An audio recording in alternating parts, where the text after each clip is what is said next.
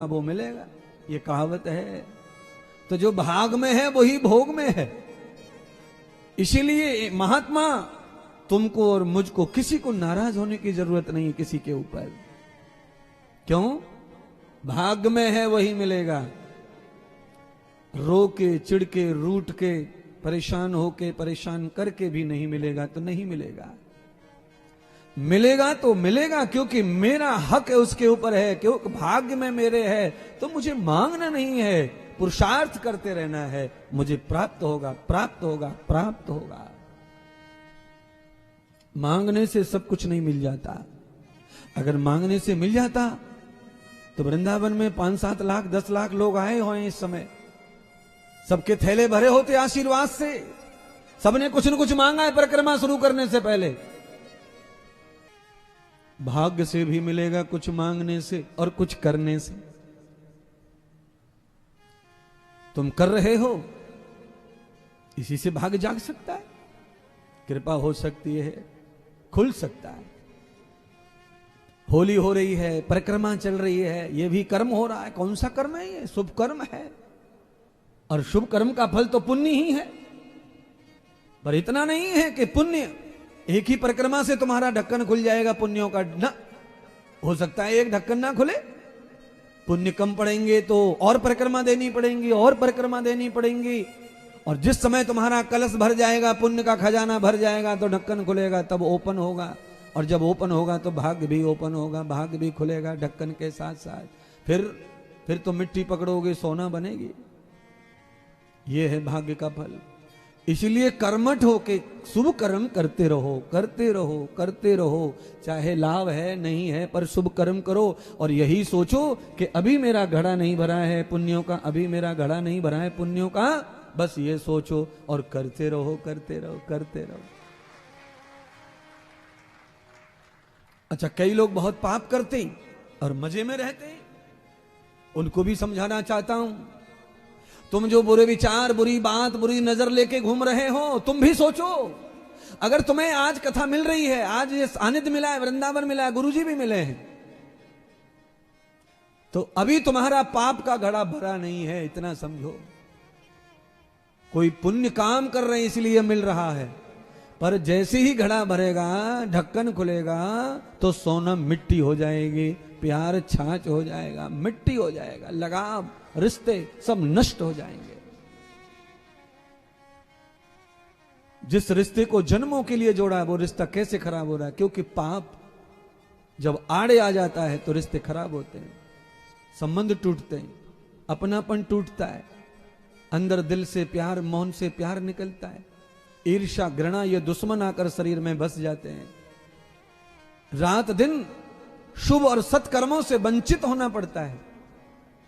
इसलिए मेरी प्रार्थना है भागवत के माध्यम से कि आप क्षण मात्र भी वंचित न रहें, आपको ये सब प्राप्त हो। आप दूर हैं, वहां से खींचे आ जाएं, भगवान खींच लाएं। इतना पुण्य कमाओ कि एक भी सत्कर्म आपसे वंचित न रहे। आप खींचे आएं, भगवान लाएं और आपसे करवाएं। कुछ नहीं तो सुनो, नाचो, कूदो, हंसो। अच्छा, क्या जा रहा है हंसने में? क्या जा रहा आनंद लूटने में?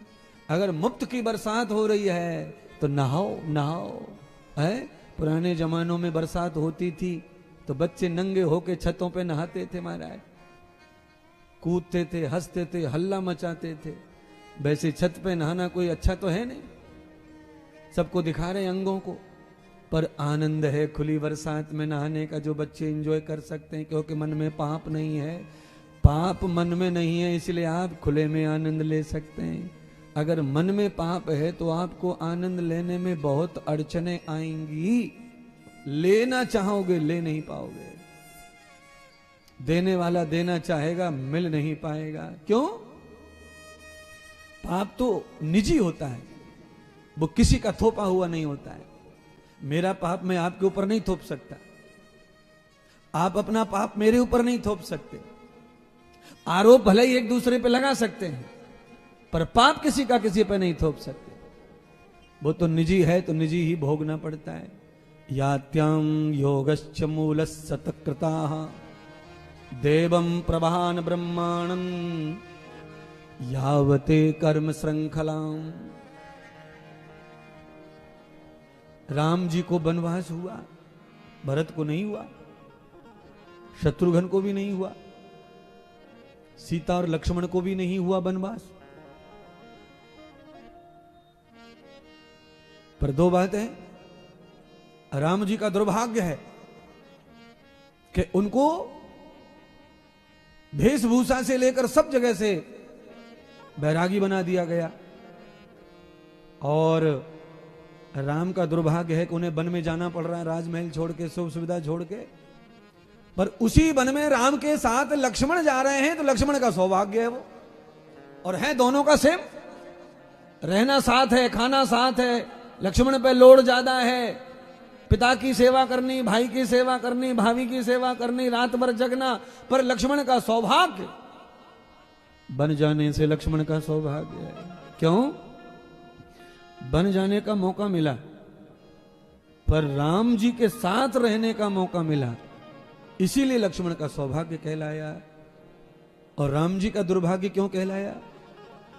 क्योंकि राम राजसी योग में पैदा हुए और उनका योग छूट गया, और भेषधारी बनकर, तपस्वी बनकर जंगल में कहां कहां भटके, कहां कहां परेशानियां भोगी। दुनिया भर के कष्ट राम जी ने वन में भोगे, चाहे सेवाएं संतों की महात्माओं की, राक्षसों का वध किया, पर एक दिन भी सुख नहीं भोगा। 14 साल तक निरंतर कष्ट भोगा, और उसी कष्ट में लक्ष्मण आनंद भोग रहे हैं।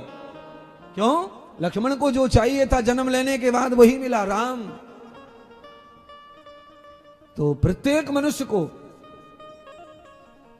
राम ही चाहिए, चाहे वो वन जाने से मिल जाए, चाहे वो जंगल जाने से मिल जाए, चाहे वो बाजार में मिल जाए, चाहे वो महात्मा के पास, चाहे वो सत्संग में मिल जाए, पर कैसे भी राम का सेवा, राम का संग मिल जाए। अब वो किस रूप में मिलेगा? लक्ष्मण को भ्राता के रूप में मिला, तो मैं भी किसी न किसी रूप में राम मिल जाए। यदश्चिताम दर्शनम मूलम, कभी कभी राम दुखी आदमी के रूप में भी मिल जाता है। लंगड़े लूड़े अंधे बहरे जो पड़े बेचारे इधर उधर दुनिया में, बूढ़े बड़े बुजुर्ग, इनके रूप में भी राम मिल सकता है, या महात्मा संत गुरुजन, इनके रूप में भी राम मिल सकता है, और कभी कभी औलाद के रूप में भी राम मिल सकता है। ना पता कैसे मिलेगा, पर बस मैं तो एक ही आशा करता हूं होली महोत्सव में कि आपको किसी भी स्थिति में राम का संग मिले, चाहे जंगल ही रहना पड़े, भूखा रहना पड़े, रात भर जगना पड़े, पर राम संग प्राप्त हो जाए। मेरी तो बस यही भावना है, क्षण भर का ही सही पर आनंद प्राप्त हो सेवा का।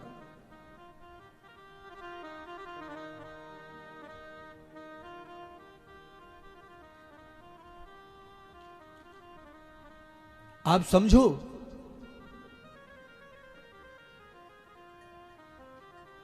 गाना भजन गाओ,